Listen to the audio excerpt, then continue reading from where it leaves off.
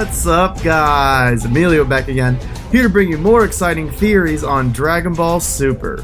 After our heroes face Moro in battle on the new planet Namek, they probably now realize they're going to need a new plan or external help in order to stop Moro's relentless path on wanting to use the Namekian Dragon Balls to make a wish, especially now that he has nearly collected all of them. With the help of Majin Buu and the Grand Supreme Kai's memory, the question arises if Daikaiyoshin's abilities will be enough to stop Moro, or will Goku, Vegeta, and the Galactic Patrol find other ways to stop him? Well, in today's video, I will discuss 5 very likely ways on how Moro could be defeated. So, let's get started.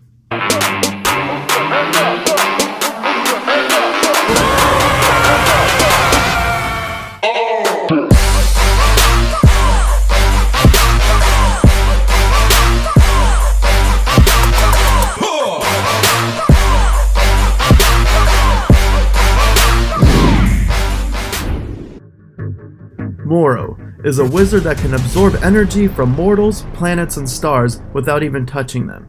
He can even absorb energy from his opponents while he is fighting them, and can use the power source from a planet until the planet is fully extinguished without even exhausting his own energy. The fact that Moro was able to defeat Goku and Vegeta by simply absorbing their energy makes him seem like an unstoppable opponent. There are of course beings and devices out there that could quickly put an end to Moro. For example, Goku could press the Zeno button calling Zeno to erase Moro, or use the Mafuba that could seal Moro away permanently. And there's even Whis' secret godly device that can seal away dangerous beings, or the Super Dragon Balls could be used to make a wish to seal Moro away in an endless vacuum of space where he cannot absorb anyone or anything. These are indeed legitimate ways on how Moro could be defeated, except that these methods would basically ruin or make the Galactic Patrol prison arc seem very anticlimactic in my opinion. So I'm gonna go through 5 more likely ways on how Moro could be defeated that would still keep the show very interesting. Starting with number 1. Now this is a popular theory that has been going around, which is the possibility of Android 17 being able to fight alongside of Goku and Vegeta. If you guys remember, Android 17 and 18 don't run out of energy and actually have Genki instead of traditional Ki that most mortals have. So if Android 17 never runs out of energy, then perhaps he can attack Moro and sort of distract Moro from using his absorbing techniques, and then Goku and Vegeta can deliver the final blow.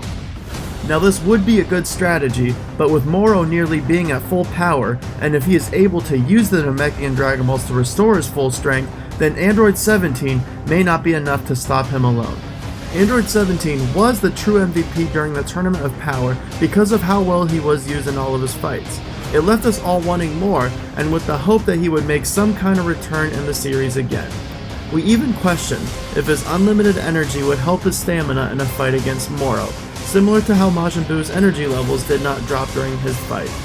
17's cunning abilities to figure out ways to defeat and handle difficult opponents that gave his universe a hard time made him a very valuable member. Honestly, Universe 7 could have not done it without him. 17's unlimited energy and fighting tactics could be pivotal in a fight against Moro, which is why I'm listing Android 17 as one of the 5 ways in how Moro could be defeated. But anyway, going on to number 2. Which is Majin Buu. In the manga, chapter 47, Goku and Vegeta prepare to square off one more time against Moro, face to face. But before they were able to fight, a giant Galactic Patrol spaceship shows up and Miras is there. So Miras, using his blaster, fires upon Moro's ship and Moro escapes, and we get a quick fight between Moro versus Miras. Miras uses a weapon that fires off a bubblegum trap that is actually uniquely developed to trap Moro, where Miras did indeed trap him momentarily. It is definitely some kind of device we have never seen before, which goes to show that this villain can be put into check in some of the simplest ways without it being just about power. Like how Jiren and Broly could only be beaten by power, and in this case it takes more than just power to stop Moro. Miras screams at Jaco, and Jaco pushes out of the ship Majin Buu, where Miras' plan was to use Majin Buu to stop Moro like he did before, while Miras holds him down.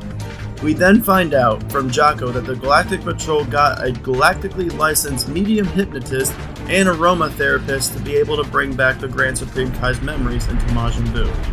Majin Buu was then able to tap into his memories so that Buu could consciously remember the power and techniques he used to fight Moro in the past.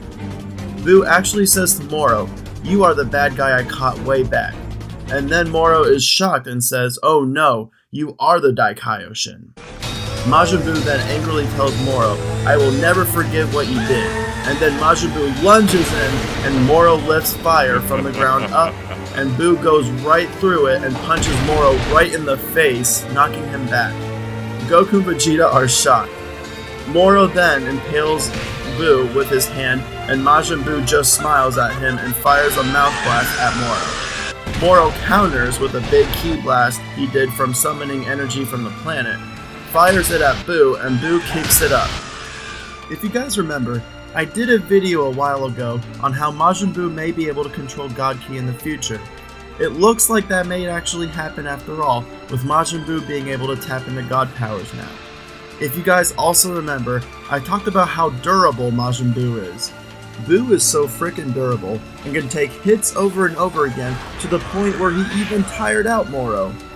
Vegeta was left in shock as he realized that Buu's energy levels did not drop, so Moro's energy absorption move did not work on Buu because of Daikaioshin's powers. So we have now found more solutions to Moro's defeat, which are Daikaioshin's abilities, where we have magic versus magic. Except from what we have seen throughout the history of Dragon Ball, most villains have not fallen for the same trick twice. So even though Buu appears to have the upper hand, he might not in the next chapter. I also do have a feeling there are still many more chapters left for this arc, so this may not be the last of Moro. Maybe Moro will not fall for the same trick twice, and will be able to counter Daikaioshin's magic sealing ability, similar to how Piccolo managed to counter the Mafuba Kame used on him, since he already experienced it through Master Motaido and Master Roshi. And the technique sounds a lot like an easier victory, like the Mafuba would be if executed correctly. So I do not think that Toyotaro and Toriyama will have Majin Buu use the magic sealing technique as an easy way to defeat Moro. Like Toriyama has done in the past in Dragon Ball, he will likely make our heroes find a different way to defeat Moro, even though it looks like Buu has the upper hand at the moment. An easy magic sealing move from Daikaioshin would be too predictable and anticlimactic on how this arc could end, and I'm sure a lot of fans would be disappointed by that outcome. Which is probably the same reason why Toriyama made Goku find a different way to defeat past villains like Piccolo in Dragon Ball and Zamasu in Dragon Ball Super. Not to mention, Moro is still not at full power yet, so when Moro is at full power, it will take more than Daikaioshin's abilities to stop him. Perhaps Buu will be able to find time to teach Goku and Vegeta these unique abilities so that they will not have their energy absorbed. Of course, that would depend if Moro has more abilities hidden up his sleeve or finds a way to escape so that he can be at full power once again. So if Majin Buu teaches Goku and Vegeta these abilities, it would be pivotal in a fight against Moro. Anyway, let's move on to number 3. Which is how Mastered Ultra Instinct could prevent Moro from absorbing Goku's energy. Now there are 2 different versions of Mastered Ultra Instinct being able to defeat Moro that I thought of, which I will split into 2 separate theories because they are slightly different. Now before I go into this theory, I am still unfortunately seeing massive amounts of misinformation everywhere on what happened to Goku and Vegeta against their fight with Moro. Again, Vegeta and Goku can still turn into Super Saiyans, and they didn't lose their powers or abilities, so Goku can still access Ultra Instinct even though he had trouble accessing it after the Tournament of Power. If you look at the manga closely, it said Moro stole Goku and Vegeta's energy, or where Moro says he robbed a healthy portion of their energy, never said anything about powers. Even Goku states that he can't use the instant transmission because he does not have enough chi, not because his powers were stolen. If his powers were stolen, then he would not be able to use the instant transmission and transform into a Super Saiyan period. So once Goku and Vegeta regain their energy, you will see that they will be able to transform again, as Goku will also be able to use the instant transmission. Now, to continue the theory, Ultra Instinct is not a traditional power-up or transformation as most people may think. I won't let you get away with that!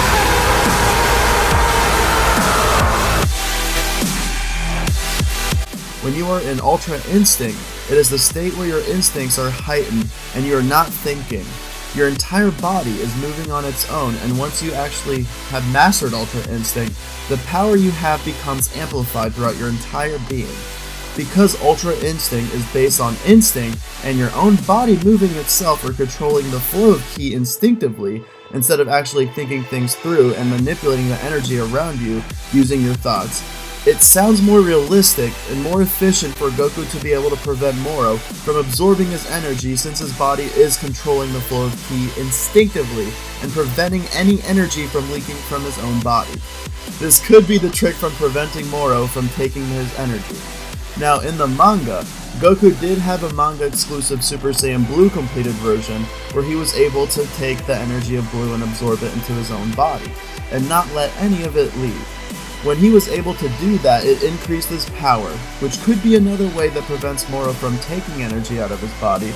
But if Goku's gonna defeat Moro in the anime, and in the same way in the manga, then Mastered Ultra Instinct would make more sense for both versions. Alright, let's move on to number 4. This one may be surprising to some, but I believe it makes the most sense out of all the ways Moro could be defeated. But let's say Moro is still somehow able to absorb Goku's ki in Mastered Ultra Instinct. Since Mastered Ultra Instinct is a state that even the gods have trouble mastering, and as we could all see, the gods of destruction were surprised when Goku finally mastered it at the end of the Tournament of Power. Well, since Goku was immortal, he took a heavy toll from the limit-breaking power of the gods, where even Whis was surprised by how great the toll was. So with Moro also being immortal, I am theorizing that if Moro absorbs Goku's energy while he is in Ultra Instinct, then Moro will also take a heavy toll, and similar to how Yakan in Dragon Ball Z could not control all the light he absorbed from Goku when he was transforming into Super Saiyan 2. Now, Yakan's ability and Moro's magic are very different things, so I do not think Moro will explode like Yakan did, but it will cause Moro to take some heavy damage like Goku took in the Tournament of Power, which at the end will give us an epic battle of a weakened Moro versus a weakened Goku and Vegeta, similar to how Goku and Vegeta had an epic battle when Vegeta first arrived on Earth. And that is how I believe Moro could be defeated with the help of Mastered Ultra Instinct. Now, another godly energy that could also affect Moro is Hakai. In the manga, it was exclusive for Goku to be able to use Hakai energy against Mirza Masu, but I do not see it as being a possibility in the anime since the continuity is different, and you had to be appointed as a god of destruction in the anime and also accept your role as a destroyer, like we saw Toppo do in the Tournament of Power. If Goku did use Hakai energy, it may be something that can destroy Moro, but not something we would see in the anime. Again, the possibilities in Super are endless, so I am not completely ruling this idea out, as it is plausible in the manga, just not in the anime. But anyway, let's go to the last and final way that I believe Moro could be defeated. Instead of Daikaioshin teaching Goku and Vegeta his magic ability that prevents Moro from absorbing his energy, it is possible that Goku and Vegeta could learn a new ability to fight against Moro. Perhaps Goku and Vegeta will learn or develop a technique that prevents them from having their energy absorbed, similar to the protective barrier they developed and used against Lavender when he weakened Gohan with his poison in the Zeno exhibition match. Or maybe they will learn a special technique from Whis that prevents Moro from absorbing their ki if for some reason Buu is not able to teach them. Whis is an angel that knows a lot of incredible techniques, and since there is still a lot of mystery to his character, he may also know an ability that prevents villains from absorbing his energy. Perhaps he has had to face some powerful villains in the past that needed to be sealed away in a godly device that is much like the Mafuba, so if he had to use it in the past, then it is possible that there were other dangerous gods Whis fought against that have powers like Moro, And since Whis continuously introduces new techniques or abilities into the show, then I do not see it being out of the blue for Whis to know a technique that suppresses dangerous magic or that creates a protective barrier against evil magic. Of course, Goku and Vegeta are prodigies in martial arts and can develop unique techniques on their own, like we saw them do against Lavender's poison.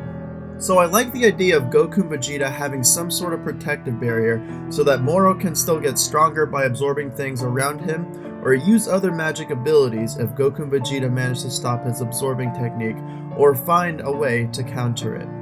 Maybe Goku will eventually learn a way to use the Genki Dama to counter Moro from absorbing his energy, since the Genki Dama in a way is a lot like Moro's energy stealing ability. Or shoot, maybe even Piccolo will step in and develop a technique that would prevent Moro from absorbing their energy, since a big part of this arc is on planet Namek. Anyway, so far I have shared with you all 5 ways on how Moro could be defeated, but I would of course like to know what your thoughts are in the comment section below. Do you believe that Android 17 will be the key in defeating Moro? Will it be Mastered Ultra Instinct Goku, Majin Buu and his ability to prevent Moro's absorption ability, or will Goku and Vegeta develop a technique that prevents Moro from absorbing their energy, or learn that from Daikaioshin? Also, do you guys have any other ideas on how Moro could be defeated?